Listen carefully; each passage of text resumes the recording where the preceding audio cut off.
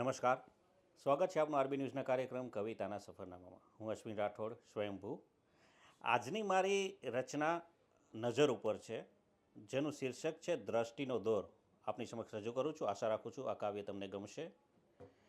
નજર એક છે પણ એના પરિણામ છે બે પાર. નજર એક છે પણ એના પરિણામ છે બે પાર.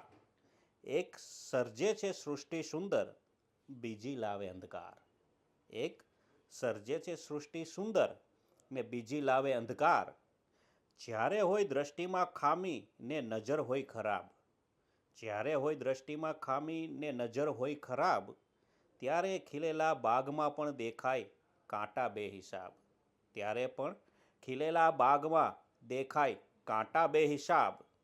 ઈર્ષા અને નિરાશાની આગમાં ખુશીઓ રાખ થઈ જાય.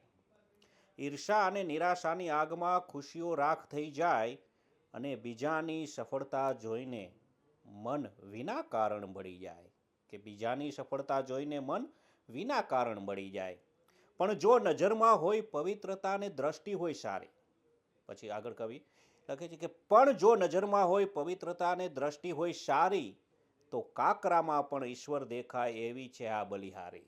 તો કાકરામાં પણ ઈશ્વર દેખાય એવી છે આ નજરની બલિહારી.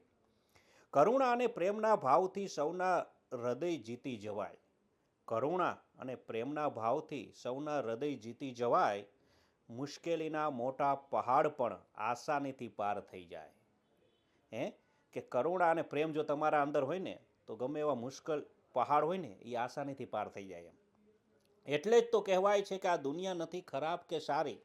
એટલે જ તો કહેવાય છે કે આ દુનિયા નથી ખરાબ કે સારી. આપણી દ્રષ્ટિના દર્પણમાં જ છે પૂરી ખામી. કે આપણી દ્રષ્ટિના દર્પણમાં જ છે પૂરી ખામી. જેથી આપણને બધું એવું દેખાય છે કે બદલવો હોય જો સંસાર તો બસ બદલો ખૂણો નજરનો. કે બદલવો હોય જ જો સંસાર તમારે તો બસ બદલો ખૂણો નજરનો. હકારાત્મક દ્રષ્ટિ રાખશો તો પાર થશે સાગર આ ભવનો.